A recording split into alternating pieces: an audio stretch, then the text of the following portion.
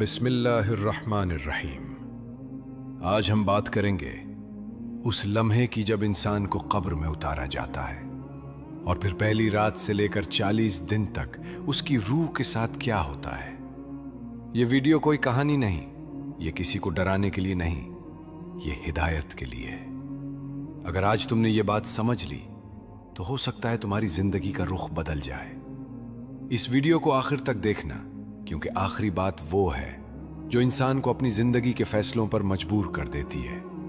جب انسان کا وقت پورا ہو جاتا ہے، جب وہ سانس جو امانت تھی واپس لے لی جاتی ہے، تو سب سے پہلے جو منظر بنتا ہے وہ خاموشی کا ہوتا ہے۔ وہ خاموشی جس میں گھر والے رو رہے ہوتے ہیں، وہ خاموشی جس میں زبانیں بند اور آنکھیں نم ہوتی ہیں، اور وہ خاموشی جس میں انسان خود کچھ کہہ نہیں پاتا۔ جسم بے جان ہو جاتا ہے مگر روح بے خبر نہیں ہوتی۔ جنازہ اٹھایا جاتا ہے، کندھوں پر رکھا ہوا وہ جسم جو کل تک خود چلتا تھا آج دوسروں کے سہارے حرکت کر رہا ہوتا ہے۔ روح یہ سب دیکھ رہی ہوتی ہے۔ وہ دیکھتی ہے کہ کون ساتھ آیا، کون چند قدم چل کر واپس مڑ گیا، اور کون صرف فرض پورا کر کے الگ ہو گیا۔ قبرستان کا راستہ لمبا نہیں ہوتا مگر اس دن ہر قدم بھاری لگتا ہے۔ پھر وہ لمحہ آتا ہے جب انسان کو قبر میں اتارا جاتا ہے۔ یہ وہ جگہ ہے جہاں دنیا کا ہر رشتہ ختم ہو جاتا ہے۔ اوپر کھڑے لوگ مٹی ڈال رہے ہوتے ہیں اور نیچے وہ انسان جس نے ساری عمر روشنی میں گزاری اب اندھیرے کے سپرد کر دیا جاتا ہے۔ قبر بند ہوتی ہے، قدموں کی آہٹ دور ہوتی چلی جاتی ہے، اور پھر ایک ایسی تنہائی شروع ہوتی ہے جو دنیا میں کبھی نصیب نہیں ہوئی۔ یہ پہلی رات ہے۔ یہ رات اس لیے سب سے زیادہ سخت ہوتی ہے کیونکہ یہ سب سے زیادہ سچی ہوتی ہے۔ یہاں نہ کوئی عہدہ کام آتا ہے، نہ دولت، نہ تعریفیں، نہ سوشل حیثیت۔ یہاں صرف دو چیزیں ساتھ ہوتی ہیں، ایک انسان کے اعمال اور دوسری اس کا یقین۔ جسم اور روح کا تعلق اب ویسا نہیں رہتا جیسا دنیا میں تھا۔ یہ ایک نیا تعلق ہے جس میں روح زیادہ باخبر ہے اور جسم زیادہ بے بس۔ زمین کا پہلا احساس انسان کو یہ سمجھا دیتا ہے کہ جس مٹی پر وہ چلتا رہا آج وہی مٹی اس کے اوپر ہے۔ اندھیرا صرف آنکھوں کے لیے نہیں ہوتا، یہ اندھیرا دل تک اترتا ہے۔ خاموشی صرف آوازوں کی نہیں ہوتی، یہ خاموشی انسان کے اندر تک بولتی ہے۔ پہلی رات میں انسان کو اپنی پوری زندگی ایک ایک منظر کی صورت میں یاد آتی ہے۔ کہاں غرور کیا، کہاں حق دبایا، کہاں اللہ کو پیچھے رکھا اور کہاں دنیا کو آگے۔ اور یہی وہ وقت ہوتا ہے جب انسان سمجھتا ہے کہ اصل نقصان کہاں ہوا۔ دنیا میں وہ راتیں جنہیں انسان نے غفلت میں گزار دیا، آج ان سب کا وزن ایک ہی رات میں محسوس ہونے لگتا ہے۔ یہ رات اس لیے بھی سخت ہوتی ہے کیونکہ یہ پہلی دفعہ انسان کو یہ احساس دلاتی ہے کہ اب واپسی نہیں، نہ توبہ کے لیے مہلت، نہ اصلاح کا وقت، نہ کسی سے معافی مانگنے کا موقع، صرف انتظار۔ انتظار اس بات کا کہ آگے کیا ہونے والا ہے۔ قبر کی پہلی رات انسان کو یہ سکھا دیتی ہے کہ اصل تیاری کس چیز کی تھی اور وہ کس چیز میں لگا رہا۔ یہاں آنسو کام نہیں آتے، یہاں صرف وہ عمل کام آتا ہے جو انسان اکیلا کرتے ہوئے کرتا رہا۔ اور جب یہ پہلی رات گزرتی ہے، جب انسان اس نئے وجود کو قبول کرنے لگتا ہے، تو روح ایک اور مرحلے میں داخل ہوتی ہے۔ ایک ایسا مرحلہ جہاں اصل امتحان ابھی مکمل نہیں ہوتا بلکہ شروع ہوتا ہے، کیونکہ اصل امتحان تو اب آنا باقی ہے۔ جب پہلی رات کی خاموشی کچھ مانوس ہونے لگتی ہے، جب انسان یہ سمجھنے لگتا ہے کہ اب یہی اس کی دنیا ہے، تو قبر کے اندر ایک اور مرحلہ آتا ہے۔ یہ مرحلہ خوف کا نہیں، سچ کا ہوتا ہے۔ یہ وہ وقت ہے جہاں انسان سے وہ سوال کیے جاتے ہیں جن کے جواب وہ پوری زندگی دیتا رہا تھا، مگر زبان سے نہیں، عمل سے۔ یہ سوال اچانک نہیں ہوتے، یہ شور مچانے نہیں آتے، یہ چیخ کر نہیں پوچھے جاتے۔ یہ سوال ایسے آتے ہیں جیسے کسی کو اس کی اصل پہچان یاد دلائی جا رہی ہو۔ قبر میں پہلا امتحان انسان کو یہ احساس دلاتا ہے کہ اب نہ باتوں کا وقت ہے، نہ تعویلات کا، اب صرف سچ ہے۔ یہاں وہ علم کام نہیں آتا جو صرف زبان تک محدود رہا۔ یہاں وہ یادداشت فائدہ نہیں دیتی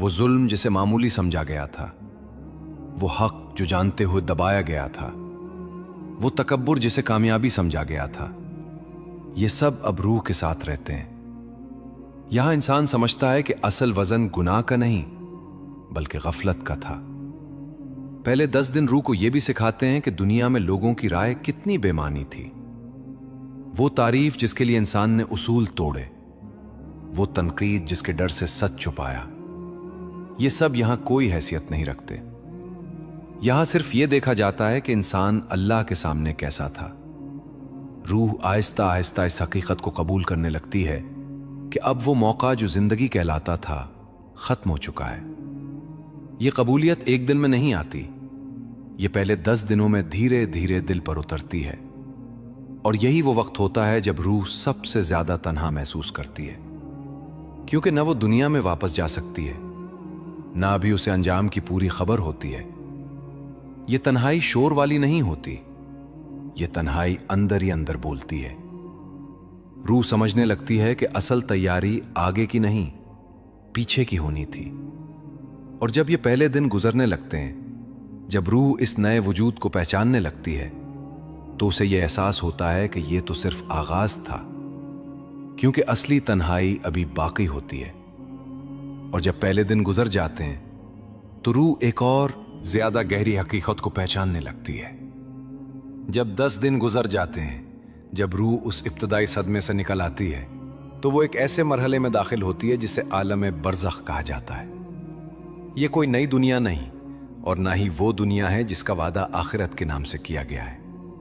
یہ ایک درمیانی زندگی ہے، ایسی زندگی جہاں روح مکمل بے خبر بھی نہیں ہوتی اور مکمل باخبر بھی نہیں۔ یہاں روح کو اپنے انجام کا اندازہ ہونے لگتا ہے، مگر فیصلہ ابھی سنایا نہیں جاتا۔ یہ وہ وقت ہوتا ہے جب انسان اندر ہی اندر سمجھنے لگتا ہے کہ اس نے جو بویا تھا اب وہی اگ رہا ہے۔ عالم برزخ میں دنیا کی طرح دوڑ دھوپ نہیں ہوتی، مگر انتظار بہت ہوتا ہے۔ یہ انتظار کسی خبر کا نہیں، یہ انتظار اپنی ہی حقیقت کا ہوتا ہے۔ 10 سے 40 دن تک روح آہستہ آہستہ یہ محسوس کرنے لگتی ہے کہ اس کے اعمال اب اس سے الگ نہیں ہو سکتے۔ یہاں کوئی عمل نیا شامل نہیں ہوتا اور کوئی عمل حذف نہیں ہوتا۔ جو ساتھ آیا وہ ساتھ رہتا ہے، جو پیچھے رہ گیا وہ واپس نہیں آتا۔ اسی دوران روح کو یہ بھی اندازہ ہونے لگتا ہے کہ کس چیز نے اسے سکون دیا اور کس چیز نے اسے تھکا دیا۔ وہ لوگ جنہوں نے دنیا میں خاموش نیکیاں کی تھیں، جنہوں نے دکھاوے کے بغیر اللہ کو یاد رکھا تھا، ان کے لیے یہ مرحلہ نسبتاً ہلکا ہوتا ہے۔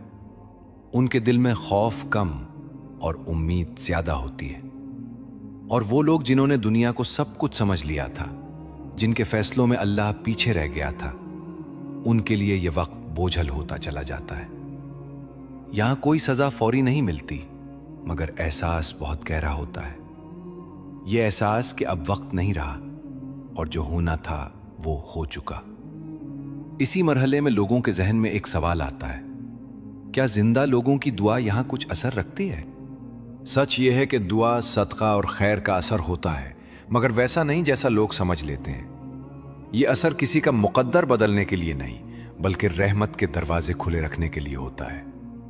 اگر کسی انسان کی بنیاد ٹھیک ہو، اگر اس کی نیت میں سچائی رہی ہو، تو زندہ لوگوں کی دعا اس کے لیے راحت بن سکتی ہے۔ اور اگر بنیاد ہی کمزور ہو، اگر پوری زندگی غفلت میں گزری ہو، تو دعا بس ایک سہارا بن کر رہ جاتی ہے، راستہ نہیں بدلتی۔ یہی وہ مقام ہے جہاں روح دنیا کے بڑے دھوکوں میں سے ایک سمجھ لیتی ہے کہ صرف لوگوں کی امید پر زندگی گزارنا کتنی بڑی غلطی تھی۔ یہاں انسان سمجھتا ہے کہ اصل سہارا لوگ نہیں تھے، بلکہ وہ عمل تھا جو تنہائی میں کیا گیا تھا۔ عالم برزخ میں روح کو یہ بھی احساس ہوتا ہے کہ دنیا میں جن چیزوں پر وقت ضائع کیا گیا وہ کتنی معمولی تھیں، اور جن باتوں کو کل کے لیے چھوڑ دیا گیا وہ کتنی ضروری تھیں۔ یہ مرحلہ انسان کو خاموشی سے سکھاتا ہے، بغیر ڈانٹ کے، بغیر شور کے، بغیر اعلان کے، اور یہی سیکھ سب سے گہری ہوتی ہے۔ 10 سے 40 دن کے درمیان روح آہستہ آہستہ یہ قبول کر لیتی ہے کہ اب اس کی دنیا پیچھے رہ گئی ہے۔ اب سوال یہ نہیں رہتا کہ لوگ کیا کر رہے ہیں، اب سوال یہ ہوتا ہے کہ میں نے کیا کر لیا تھا۔ یہی وہ مقام ہے جہاں روح ایک ایسی بات سمجھ لیتی ہے